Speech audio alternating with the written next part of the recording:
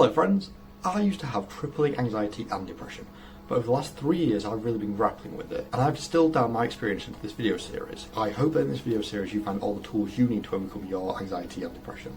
So please like and subscribe and let me know your thoughts in the comment section below, but positive thoughts only please. So this short is about reframing, also known as cognitive restructuring. It's a core technique using Cognitive Behavioural Therapy, CBT, to help individuals modify their thinking patterns and improve their overall emotional well-being. It operates on the principle that our thoughts, feelings and behaviours are interconnected, and how we interpret situations significantly impacts our emotional response. God, did I write that? I'm bored already. Stick around, it gets better, I promise. So disclaimer, as you're here because you or somebody you care about has anxiety or depression, I'm not a doctor, I'm just somebody who had it and has been through this.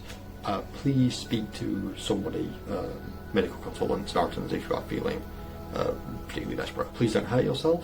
I care about you very much. I'm sure a lot of people, a lot more than you realise, care about you too. I hope by the end of this video series you kind of feel the same way because there's some light at the end of your tunnel. So here is the 6-step programme, not that 6-step programme, this is the 6-step programme of the classic CBT approach to reframing. Identify, examine, identify, again, develop, evaluate, apply. Right, so first things first, get a notepad. I'm serious, this is going to be some heavy lifting.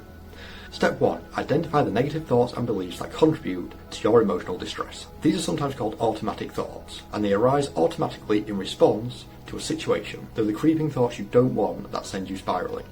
So the first thing you've got to identify the creeping thoughts that you don't want. Have you written that down? Okay, step 2.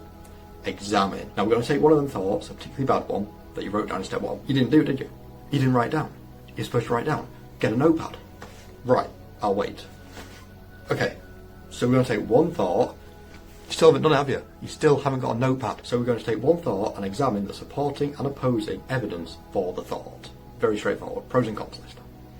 So like being in a courtroom, you would have to argue that your negative thought is incorrect and challenge it. So you're going to consider alternative perspectives and alternative ways to view the thing. So for example, you may argue that you don't have many friends, but you'd have a response to that in that you probably have a few very specific friends that are much more valuable than loads of friends. And maybe you should reach out to them friends who can help with this situation. If you genuinely don't have any friends, that's great too, because you're not surrounded by a lot of shitty people who are dragging you down with their negativity. And you can always make new friends by reading How to Make Friends and Influence People by Carnegie. Genuinely a very good book. Step 3. Identify. How's the note-taking going? Here we're going to identify cognitive distortions. Okay? So literally all the negative thoughts are rooted in cognitive distortions. That is unrealistic or biased ways of thinking about the world that lead to inaccurate interpretations of your situation. So you need to identify these distortions, such as catastrophizing, overgeneralization, or all or nothing thinking.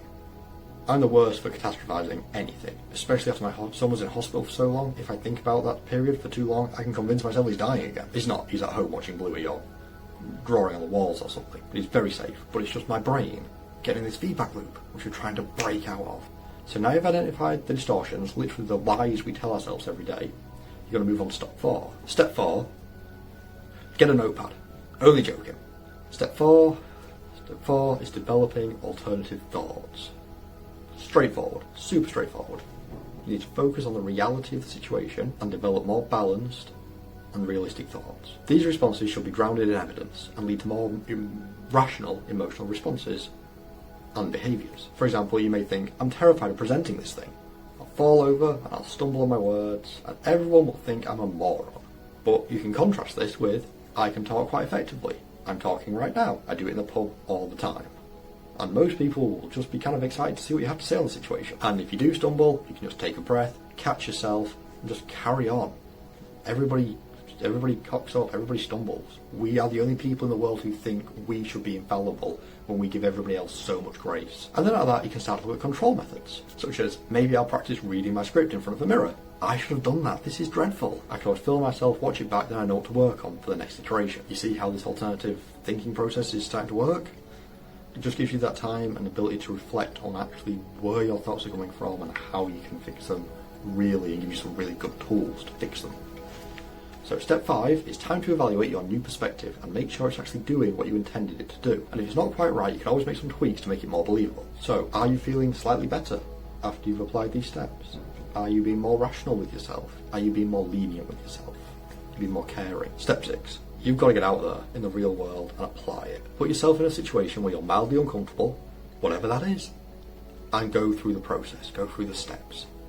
It usually helps to start beforehand at a real world event, building yourself up before it begins, going through the motions, telling yourself it's going to go well.